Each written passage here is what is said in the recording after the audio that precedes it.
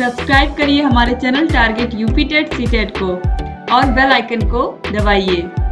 Hello friends, मैं रेनू स्वागत करती हूँ आप सभी का आपके अपने channel target UP TET CTET में। दोस्तों, लगातार पिछले 5 सालों से आप सभी लोग ऐसे हैं, या फिर ये कहूँ कि आप में से बहुत सारे ऐसे प्रशिक्षु हैं जो लोग लगातार शिक्षक भर्ती की राह देख रहे हैं।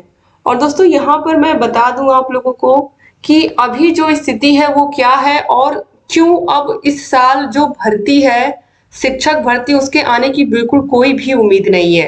तो सबसे पहले आप सभी लोगों को पता है कि बेसिक शिक्षा, माध्यमिक शिक्षा और उच्च शिक्षा तीनों के लिए एक ही आयोग का गठन हुआ।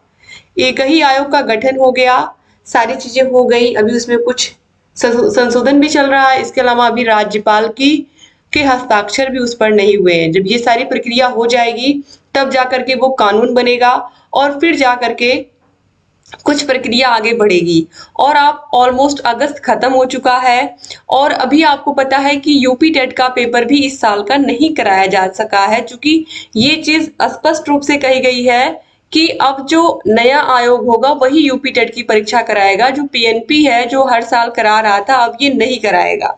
तो इस वजह से अभी तक यूपी टेट की परीक्षा जब नहीं हुई है, आप सोच सकते हो, तो नई शिक्षक भर्ती का तो हम सोच ही नहीं सकते। कम से कम 4 से 5 महीने जाते हैं यूपी टेट का एग्जाम कराने में, और अभी अगस्त खत्म हो गया।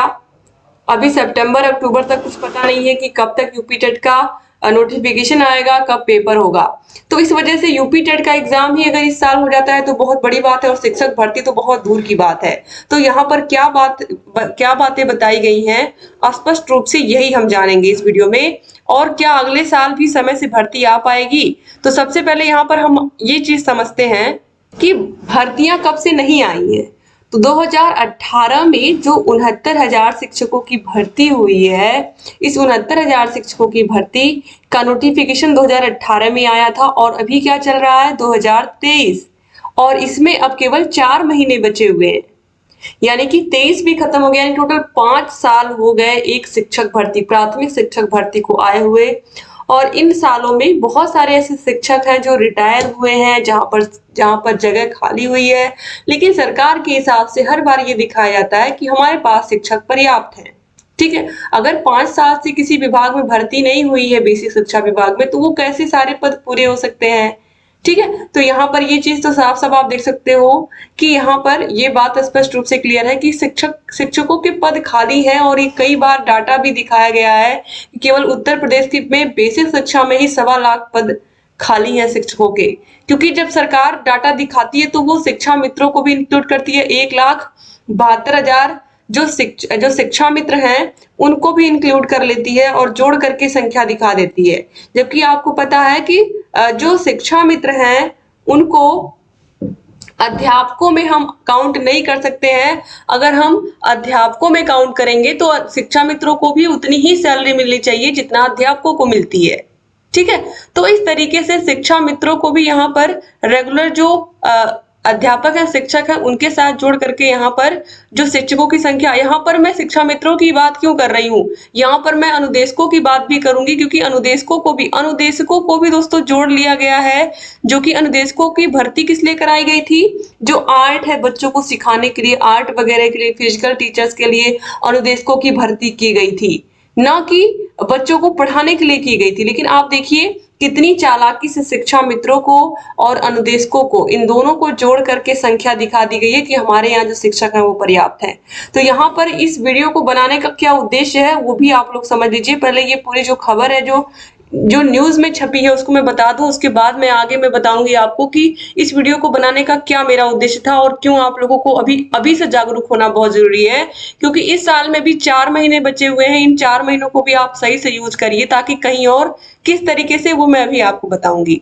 तो नए शिक्षा सेवा चयन आयोग के गठन को कैबिनेट से तो मंजूरी मिल चुकी है, लेकिन अब तक इसके गठन की प्रक्रिया शुरू नहीं हुई है, और ना ही अब तक तय है कि प्रयागराज में नए आयोग का कार्यालय कहाँ होगा।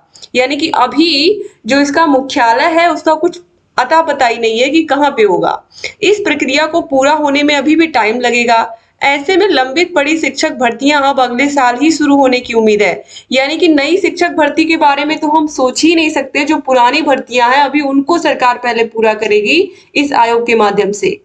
प्रदेश के अशासकीय सहायता प्राप्त महाविद्यालयों में विज्ञान संख्या 51 के तहत असिस्टेंट प्रोफेसर के 1017 पदों पर भर्ती नए शिक्षा सेवा चयन आयोग के गठन के इंतजार में 1 साल से अधिक समय से अटकी हुई है। पिछले साल अगस्त में आवेदन प्रक्रिया भी पूरी हो चुकी है, लेकिन परीक्षा तिथि अभी तक घोषित नहीं हुई है। आवेदन कर चुके 1.14 लाख अभ्यर्थियों को भर्ती शुरू होने का इंतजार है। वहीं अशासकीय सहायता प्राप्त महाविद्यालय में भी 1 साल से अधिक समय तक सहायक अध्यापक यानी कि टीजीटी एवं प्रवक्ता पीजीटी के 4163 पदों पर भर्ती अटकी हुई है। इसकी आवेदन प्रक्रिया भी अगस्त 2022 में पूरी हो चुकी है। नए आयोग का गठन होने के बाद परीक्षा तिथि घोषित होगी।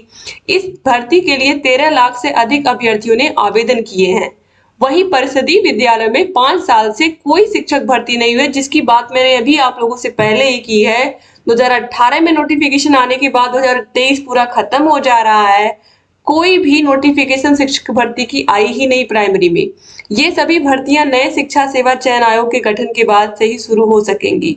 आयोग के गठन को कैबिनेट से मंजूरी मिलने के बाद अध्यक्ष और सदस्यों की नियुक्ति प्रक्रिया शुरू होगी। इस प्रक्रिया को पूरा होने में वक्त लगेगा, साथ ही कई अन्य औपचारिकताएं भी पूरी होंगी। प्रयागराज में नए आयोग का नया कार्यालय कहाँ बनेगा, यह भी अभी तय नहीं है।